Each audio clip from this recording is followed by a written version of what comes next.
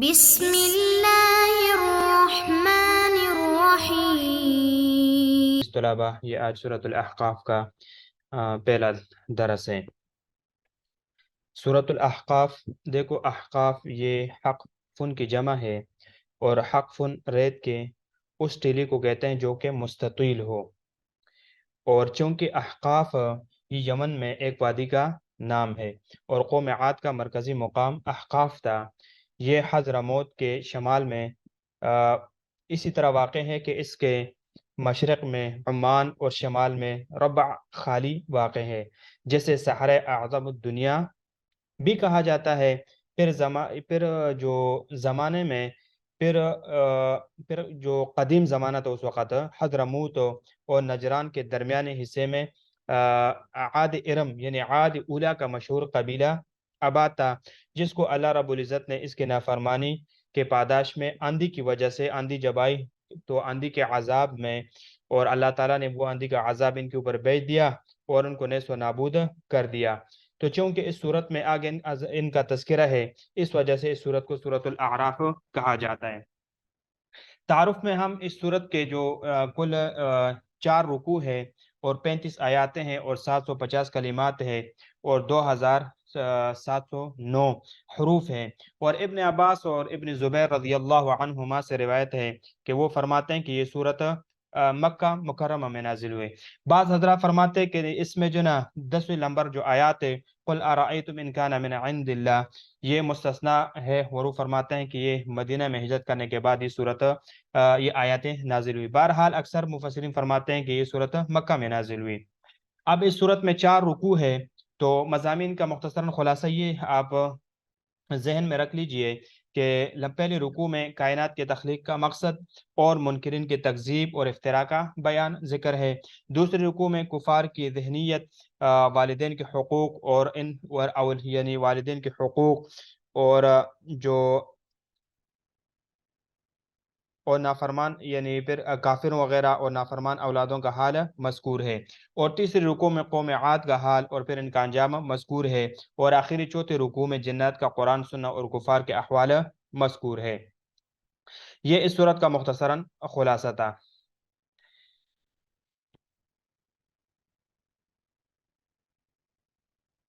آپ اس کی ترکیب سمجھ لیجئے اور بعض چیزوں کی وضاحت سمجھ لیجئے۔ یعنی الکتاب یہ کتابن کی جمع ہے، اور اس میں الف لام جو ہے یہ الف لام عہد ہے، عہدی ہے، اور اس سے مراد جو ہے نا وہ کیا ہے؟ قرآن مجید ہے۔ الا بالحق، بالحق اس سے پہلے جو ہے نا بالحق سے پہلے خلقن وہ کیا ہے؟ محذوف ہے۔ بالحقن ملتبسن کے متعلق ہو کر خلقن محذوف مصدر کی صفت ہے، تو گویا کہ تقدیر عبارت پھر اس طرح ہوگی الا خلقن ملتبسن بالحق واجل مسمى، واجل مسمى وہ عاطفہ ہے، اور اجل کا عطف الحق پر ہے، یعنی بحق و باجل مسمى۔ والذین کفروا عما انذروا معرضون،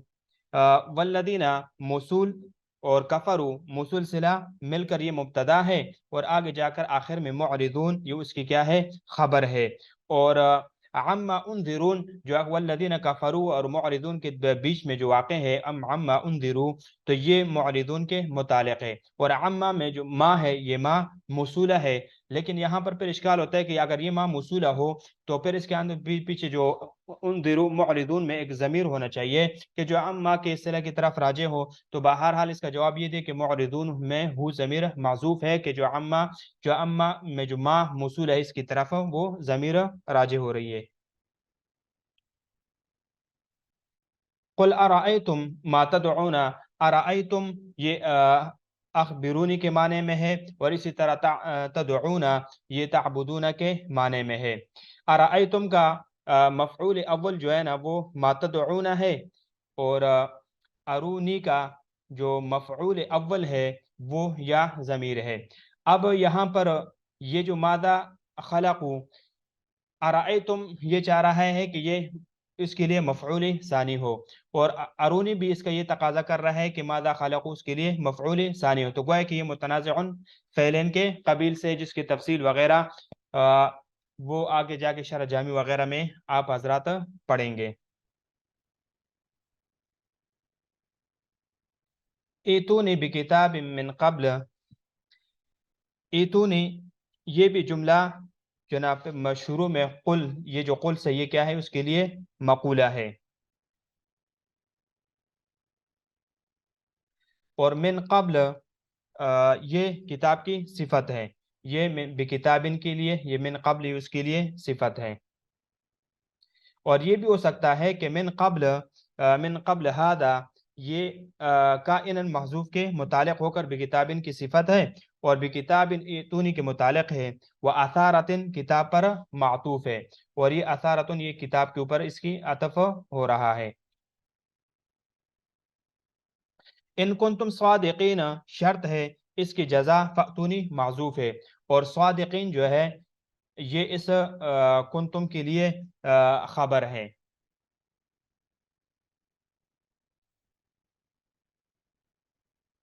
من لا یستجیب لہو، یستجیب لہو یہ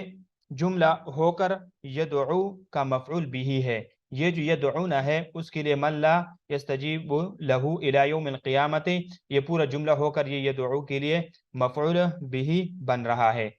وَإِلَى يَوْمِ الْقِيَامَةِ، إِلَى يَوْمِ الْقِيَامَةِ یہ لا یستجیب کی غایت ہے، یہ لا یستجیب جو ہے اس کے لیے یہ غایت بن رہا ہے۔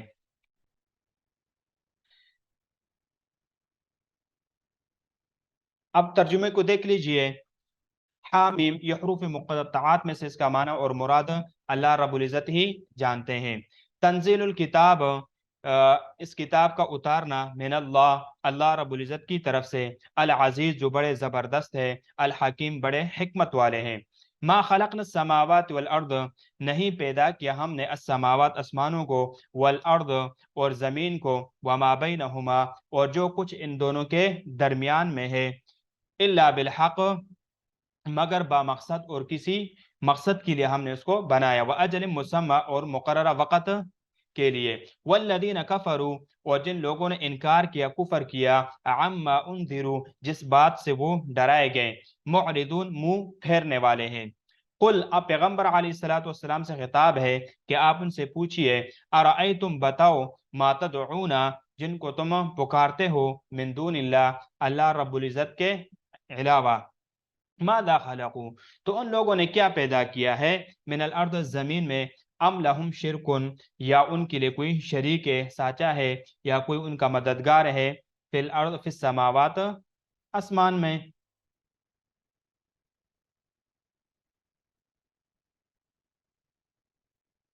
ایتونی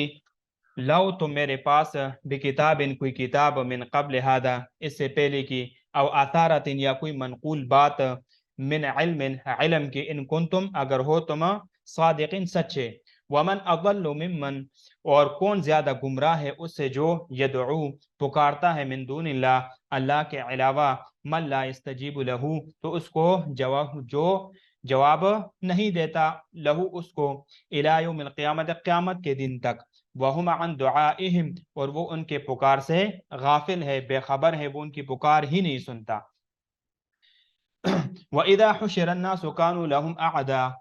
اور جب جمع کیے جائیں گے، الناس لوگوں کو، کانو ہوں گے وہ، لہم ان کے لیے، اعداء دشمن، وکانو بعبادتہم اور ہوں گے وہ ان کی عبادت کا، کافرین انکار کرنے والے، وہ اس وقت ان کی عبادت کا وہ انکار کریں گے۔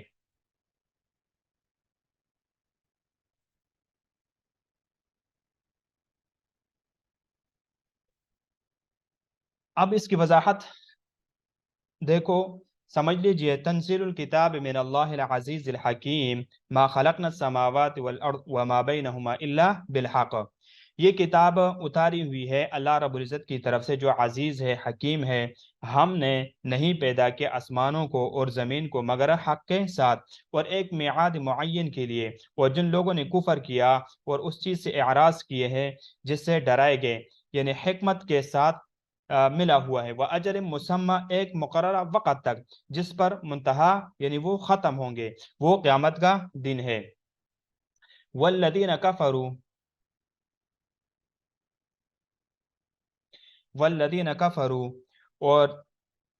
عَمَّا أُنذِرُوا مُعْرِضٌ اس دن کی ہولناکی جس سے ان کو ڈرایا جا رہا ہے، جس تک ہر مخلوق کی انتہا ہے، معرضون اعراض کرنے والے ہیں، یعنی اس پر ایمان نہیں لاتے ہو، نہ ہی اس کی تیاری کا کچھ اہتمام کرتے ہیں۔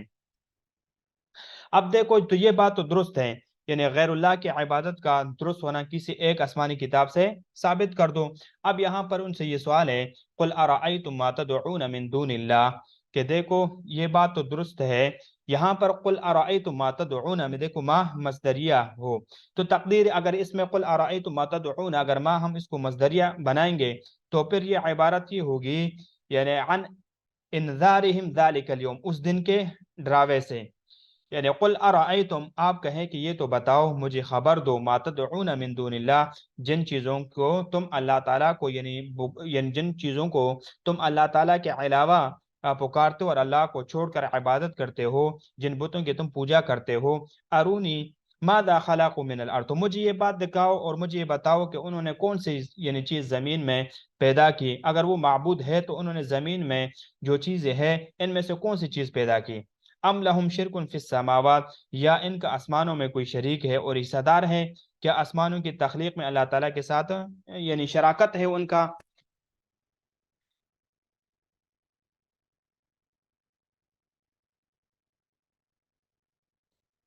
کہ کوئی شریک ہے اور کوئی حصہ دار ہے وہ اللہ رب العزت کے ساتھ آسمان میں؟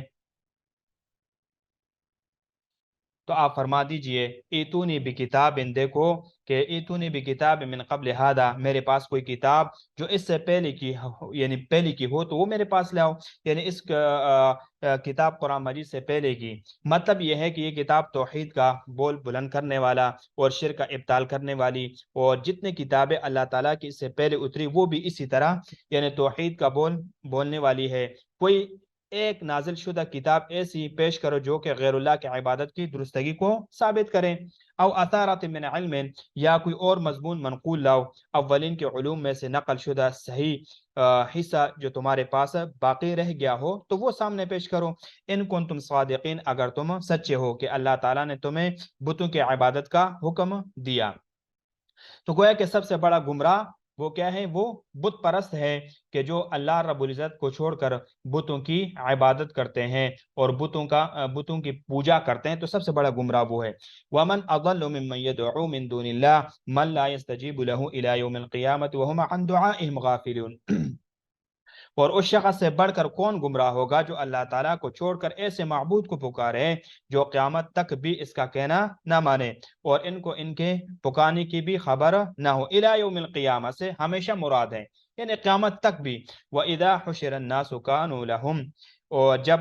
سب آدمی جمع کیے جائیں گے، سب لوگوں کو اللہ رب العزت کے سامنے جمع کیے جائیں گے تو وہ ان کے دشمن ہو جائیں گے، یعنی بت اپنے عابدوں کے، وکانو اور وہ یعنی بت بعبادت اپنے معبودوں کی عبادت سے کافر انکار کریں گے، وہ کہیں گے کہ ہم نے ان کو اپنے عبادت کی طرف نہیں بلایا۔ اب دیکھو آپ یہاں پر یہ بات سمجھ لیجئے، ومن اضل، من اضل، تو من اس میں یعنی من اضل میں استفہام کا معنی یہ ہے کہ اس بات سے انکار ہے کہ بت کے عبادت کرنے والوں سے بڑھ کر کوئی گمراہ نہیں ہے، اس لیے کہ انہوں نے سمیع، مجیب، قادر، مطلق ہستی کو چھوڑ کر ان کو پکارا جو خود یعنی جماعت لا یعقل، کوئی عقل ہی نہیں رکھتے وہ لوگ، اور کسی کی بات کو قبول کرنے کی قدرت بھی ان میں نہیں پائی جاتی، خواہ پوری دنیا کے عمر سے قیامت تک پکارتے رہے اور قیامت برپا ہو جائے گی اور تمام لوگ جمع ہو جائیں گے تو وہ ان کے دشمن بن جائیں گے اور ان کے مخالف ہوں گے، بس یہ عابدین دونوں جہان میں نقصان اور گھاٹے میں رہیں گے، آخرت کا نقصان عابد اور معبود میں دشمنی۔ اب دیکھو وَإِذَا حُشِرَ وَكَانُوا لَهُمْ أَعْدَاء وَكَانُوا لَهُمْ أَعْدَاءً وَكَانُوا بِعِبَادَتِهِمْ كَافِرِينَ، کہ دنیا میں بھی ان کی فریاد قبول کر کے دوستی نہ کی یعنی دوستی دکھائی اور آخرت میں بھی دشمنی ظاہر کی۔ اب دیکھو کہ دنیا میں انہوں نے بھی فریاد قبول کر کے دوستی ان کے سامنے نہیں دکھائی اور اسی طرح آخرت میں بھی دشمنی ان کی ظاہر ہو گئی اور ان کے عبادت کے سرے سے انکار کر دیا۔ جب ان کی طرف اولو العلم کی طرف اسناد کی جانے والی چیز کا اسناد کیا تو دیکھو من اور ہم کی صیغے لائے اور بطور تحکم ان کے لیے یعنی ترک استجابت اور غفلت کو ثابت کیا تاکہ ان کے اور عابدین کی تذلیل ہو، جیسے کہ اللہ رب العزت نے دوسرے مقام میں بھی یہ فرمایا ان تدعوهم لا يسمعوا دعاءكم ولو سمعوا ما استجابوا لكم ويوم القيامة يكفرون بشرككم، کہ وہ قیامت کے دن کے شرک کا انکار کریں، وہ کہیں گے کہ جیسے کہ یہاں پر جو ہے نا وہ ان کی یعنی عداوت اور دشمنی پر اتر جائیں گے، اور اسی طرح بھی شرک وہ اس کے شرک کا انکار کریں، وہ تو یہ کہیں گے کہ ہم نے تو ان لوگوں کو نہیں کہا تھا کہ تم شرک کرو، یہ تو خود اپنے فعل میں تو اختیاری تو انہوں نے تو خود شرک کیے۔ تو گویا کہ عابدین جو وہ کیا کریں گے، معبود جو ان کے معبود ہے وہ اب ان عابدین کی جو عبادت کا انکار کرنے لگیں گے۔ وَإِذَا تُتْلَى عَلَيْهِمْ آيَاتُنَا، انشاءاللہ اس کو آگے ہم پھر نیکسٹ درس میں پڑھیں گے۔